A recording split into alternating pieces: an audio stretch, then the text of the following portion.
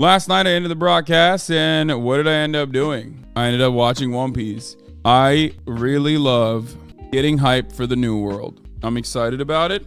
I think the new world is going to be sick. As far as my Marineford Arc analysis goes, I know that a lot of people say that Marineford is like one of their favorite, like the Pirate War is one of their favorite arcs. But I'm not gonna lie, it wasn't my favorite. I think I loved Sabaody more. I feel like the first arc when Trafalgar and all the other other rookies are introduced and Sabaody was my favorite because Oda is very good at characters, but unfortunately not like the best at fighting sequences. So as far as my, seeing all of those like incredibly cool characters come together at Marineford was great, but I don't know. He is more creative with plot and character and environmental design. Yes. I think Oda is very good at character design and like long, drawn out, perfectly created worlds and world building and universe building.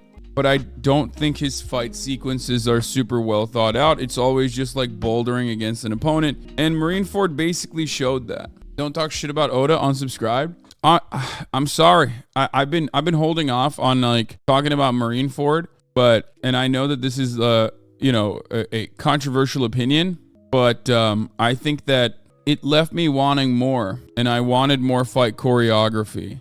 And Marineford, for the most part, had a lot of that like old school Dragon Ball style, like waiting for something to happen. I mean, the entire plot was designed around one pivotal moment happening. You know what I mean? And it just like kept being pushed back for like silly reasons. And there was so much like posturing. There was so much waiting around, right? And a lot of that made me feel like it was like almost like an old school anime. Whereas, I mean, maybe it's because I'm consuming it in the anime format and not in the manga format. But like, it just felt a little, I get why people say read the manga instead of watching the anime for a lot of these works, but I specifically understand why they do that for One Piece especially. People always compare Naruto and One Piece, but one thing I will say about Naruto is their fights are unmatched. One Piece is still better overall. Yes. I mean, there isn't like, you can't really make any anime music videos out of One Piece fight sequences in the same way that you can about Naruto fight sequences, but I like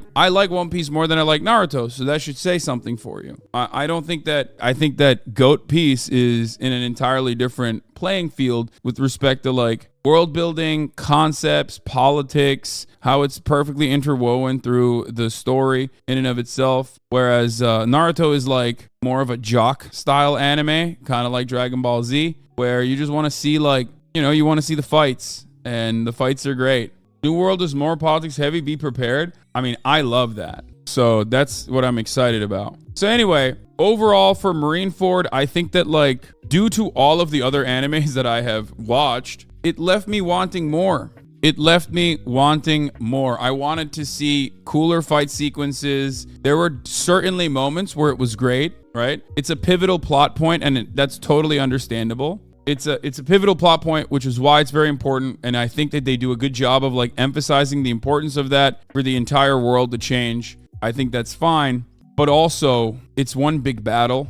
And I think having one big battle for the entire arc leans into Oda's weakness overall. I can't speak on it for the manga because I haven't read that, but on the anime, when it's animated, Oda's fight sequences, unfortunately, are not as interesting as you would see with like other animes that have like very almost turn-based style strategy baked into their fight sequences. Like, I would even go so far as to say JoJo, right? Or it lacks the fluid motion of even something that I don't think is as good as One Piece, but Naruto. So it's always just like, if you have an entire arc designed around fighting and designed around combat, the cool characters and the introduction of cool characters and them deploying their special powers only goes so far. And I think that was Marineford's biggest weakness, which is why I think it's not one of my favorite arcs. It's up there, it's great, but that's how I feel about it. It's definitely an anime issue. The fights feel more fluid in the manga, plus the level of detail changes too. Oh, for sure. I gotta disagree with you on this one. So many different characters and abilities coming together and combining to achieve something greater than the individual. Yeah, no, I don't agree with that. I think that it could have been better. I felt like it was basically just bouldering towards a target, as Luffy always does, which is fine. But like, even it would have been cooler if there was some tactics. Like, think about why you absolutely despise Akainu. Why do you despise him? Wonderful character, but also does some fucked up shit throughout the process, right? Like, that is important. That's like the only element of like additional tactics that you see that isn't just like might versus might. Literally a fascist, I know, but he's a great fucking villain. Why is he a great villain? Because he's not just like straight up super powerful and doing vicious shit. He ultimately does that, of course, but he's also doing some, you know, some tactics, some really fucked up shit on the sidelines, right? Behind the scenes. I think it even amplifies the characters a little bit better. Problem is, most of the main characters aren't so cunning. Yeah. Sometimes One Piece fights are structured like car chases than like Naruto style fights. Yes. That's what I'm saying. I just, One Piece is an incredible work of art. I mean, it's like the fucking Odyssey, okay? You need to make a commitment to be able to get into it. And I think it's worth it in the long run. However, having said that, the only element that I consider to be weak in the entire work is, like I said, fight sequences that aren't very heavy on tactics, nor are they very fluid. Like, you don't see a lot of like really cool cinematics within the fight sequences. Now, that could be because it's fucking 20 years old and maybe it gets a lot better later down the line in the animation, but you know, that's my take. And considering the fact that Marineford, beyond the introduction of all these like super cool characters, beyond being like a super pivotal plot point in the overall, super pivotal storyline in the overall story, it was one that heavily tried to feature fights, and that's why you saw so many slower moments. And I think the pacing was not so great, especially because the fights come across a little dull. It's always like you're loading up, pushing towards a barrier. Oh no, a barrier happened. And then you got to load up, push up, push. Oh no, setback, push, setback, push. There's no tactics whatsoever, and I wish there was. Also, there was no Zoro, which, you know, or Sanji, or Nico Robin, even Nami. I don't care that Usopp wasn't there, or Brook is not being there is not that significant, but like those would have been nice.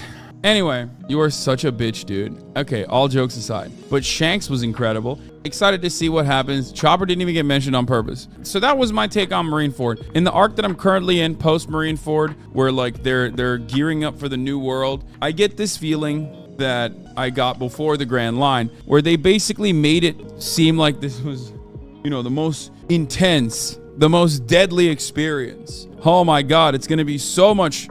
It's going to be so scary. Like, oh, East Blue is nothing in comparison to the Grand Line. People coming back from the Grand Line are killing themselves because they're going crazy with how devastating it is. And then you get into the Grand Line and you got like whole ass civilians living there. You know what I mean? And you're like, what the f? How is that even possible? I thought people were like dying.